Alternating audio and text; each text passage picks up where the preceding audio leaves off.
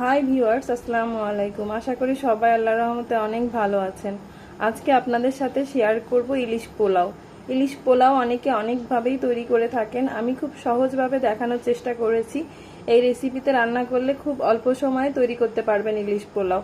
তাহলে দেখা যাক কিভাবে তৈরি করি ইলিশ পোলাও। আজকে আমি ইলিশ পোলাও তৈরি করব। তার জন্য আমি প্রথমে নিয়ে নিয়েছি কয়েক টুকরা ইলিশ মাছ, আর লাগছে চিনি গুঁড়া চাল। আমি এখানে 3 কৌটা চিনি গুঁড়া চাল নিয়ে নিয়েছি। আর এই রেসিপির জন্য সব সময় চিনি গুঁড়া চাল ব্যবহার করাই ভালো। এখানে বাসমতি চাল না ব্যবহার করলেই ভালো হয়। আর তার সাথে আমি যে মশলাগুলো ব্যবহার করতেছি, রসুন বাটা 1 চা চামচ, জিরে বাটা 1 চা চামচ, পেঁয়াজ 1 টেবিল চামচ, আদা বাটা 1 চা চামচ, লবণ স্বাদ মতো, ঝালের গুঁড়া স্বাদ মতো, সাথে আছে হচ্ছে পেঁয়াজের ব্রেস্তা আর বাটার মিল্ক। এই ক্ষেত্রে টক দই ব্যবহার করা যেতে পারে। এখন আমি মাছটা ভালোভাবে লবণ দিয়ে কয়েক মিনিটের জন্য ম্যারিনেট করে নেব। এর মধ্যে আমি এক্সট্রা কোনো মশলা ব্যবহার করব না।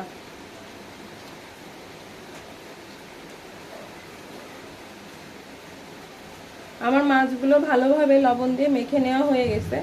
এখন আমি চলে যাব মূল রান্নায়।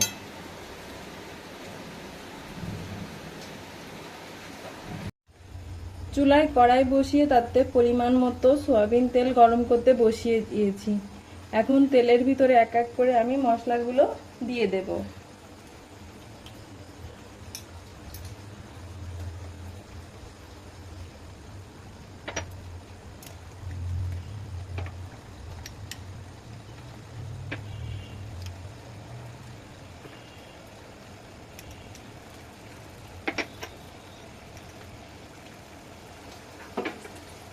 সবগুলো মশলা এখন আমি ভালোভাবে তেলের সাথে নাড়াচাড়া করে ভেজে নেব, যেন মশলা থেকে কোনো রকম কাঁচা গন্ধ না ছাড়ে।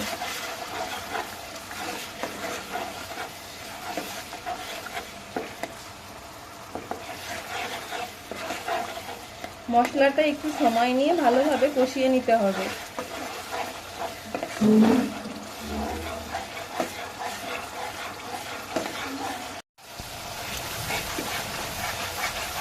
এখন আমি মশলার ভেতরে দিয়ে দেব বাটার মিল্ক।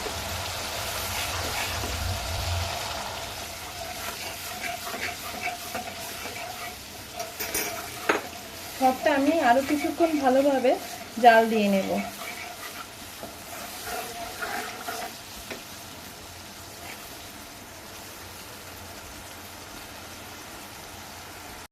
আমার মশলাটা ভালোভাবে কষিয়ে নেওয়া হয়ে গেছে। এখন আমি মাছগুলো দিয়ে দেব।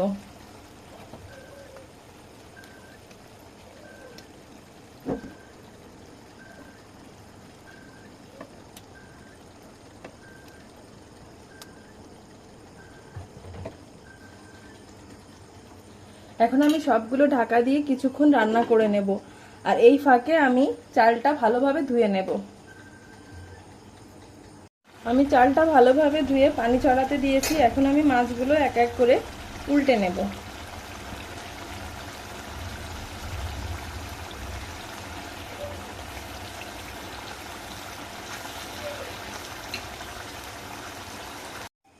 আমি সবগুলো মাছ সুন্দর করে হালকা হাতে উল্টে দিয়েছি। এখন আমি মাছগুলোর উপরে ভেজে রাখা পেঁয়াজের ব্রেস্তাগুলো একটু ছড়িয়ে দেব।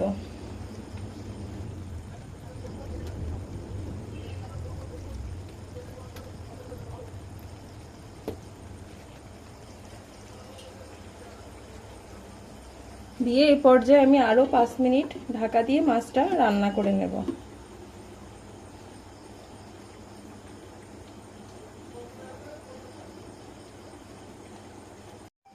আমি মাছগুলা 5 মিনিট দমে রেখে ভালো করে রান্না করে নিয়েছি। এখন আমার ইলিশ মাছটা পুরা রেডি হয়ে গেছে। এখন আমি চালগুলো সুন্দর করে ভেজে নেব।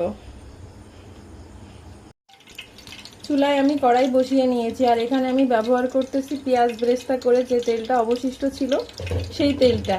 আর এখন আমি তেলের ভেতরে দিয়ে দিচ্ছি কুচি করে রাখা পেঁয়াজ।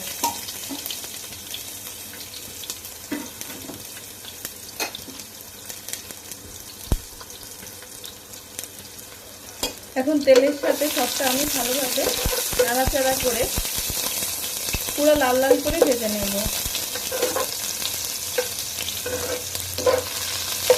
যেহেতু এটা পোলাও, এই জন্য আমি এতে এক্সট্রা কোনো গরম মশলা ব্যবহার করব না, যেহেতু আমি এটা বিরিয়ানি তৈরি করতেছি না, এটা পোলাও তৈরি করতেছি। এই জন্য খুব বেশি মশলা আমি এখানে ব্যবহার করব না।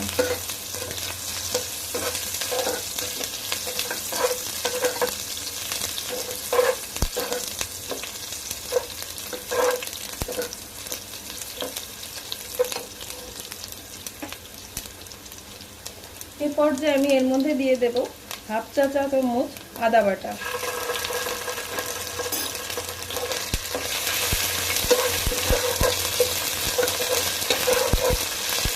আমি সবটা কিছুক্ষণ ভালোভাবে ভেজে নেব। আমার সবটা ভালোভাবে ভেজে নেওয়া হয়ে গেছে। এখন আমি এর মধ্যে দিয়ে দেব পানি ঝরিয়ে রাখা চালগুলো।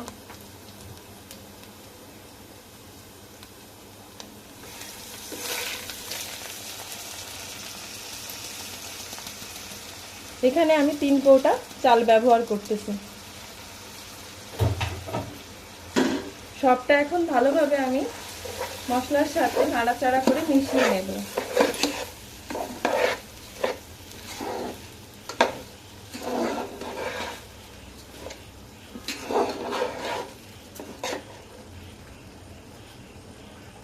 এখন আমি এর মধ্যে দিয়ে দেব স্বাদ মতো লবণ।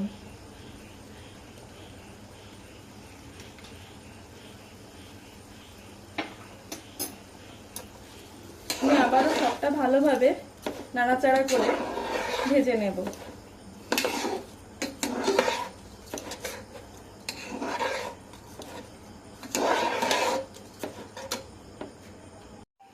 আমি চালটা ভালো করে ভেজে নিয়েছি। এখন আমি যে মশলাটা দিয়ে মাছটা রান্না করেছি, বাকি মশলাটা আমি চালের সাথে ভালোভাবে মিশিয়ে নেব।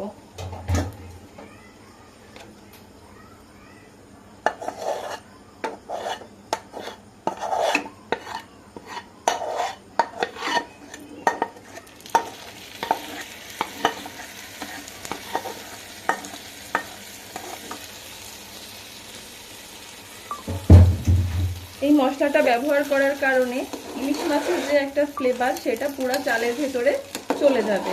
এই জন্য এই মশলাটার সাথে আমি চালটা ভালো করে নেড়ে চেড়ে ভেজে নেব।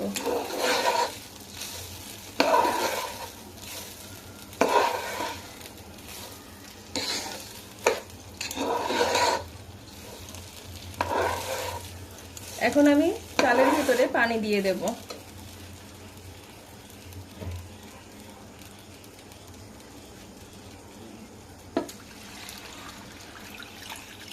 তিন কাপ চালের জন্য আমি এখানে 6 কাপ পানি ব্যবহার করতেছি।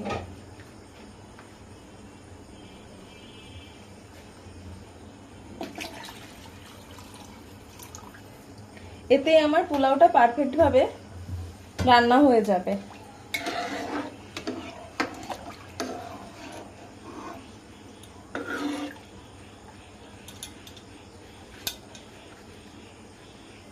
সবটা কিছুক্ষণ ঢাকা দিয়ে আমি ভালোভাবে রান্না করে নেব। আমি পোলাওটা অফ ক্যামেরায় কয়েকবার নাড়াচাড়া করে নিয়েছি। পোলাওটা 80% মতো আমি রান্না করে নিয়েছি। এখন আমি মাছটা পোলাওর সাথে অ্যাড করে দেব। এখন পোলাওর উপর থেকে আমি কিছুটা তুলে নেব।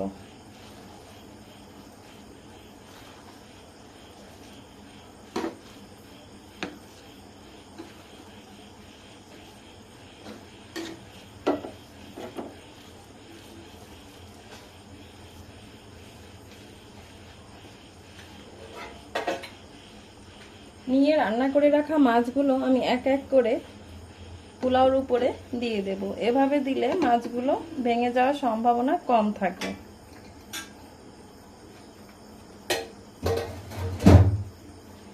এখন মাছগুলোর উপর দিয়ে আমি পোলাওটা দিয়ে দেব।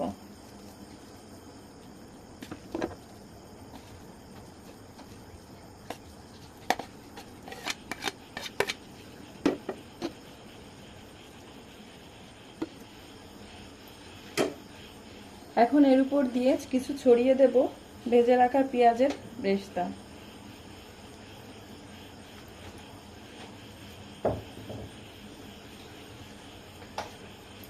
এখন আমি সবটা আবারও কিছুক্ষণ দমে রাখবো। আমি 10 মিনিট দমে রাখছিলাম। আমার ইলিশ পোলাওটা এখন পারফেক্টভাবে তৈরি হয়ে গেছে। আর দেখলেন তো কত সহজে ইলিশ পোলাও তৈরি করা যায়। সেম রেসিপিতে একবার ট্রাই করবেন, তাহলে বুঝতে পারবেন কতটা মজা। সবাই ভালো থাকবেন। আল্লাহ হাফেজ।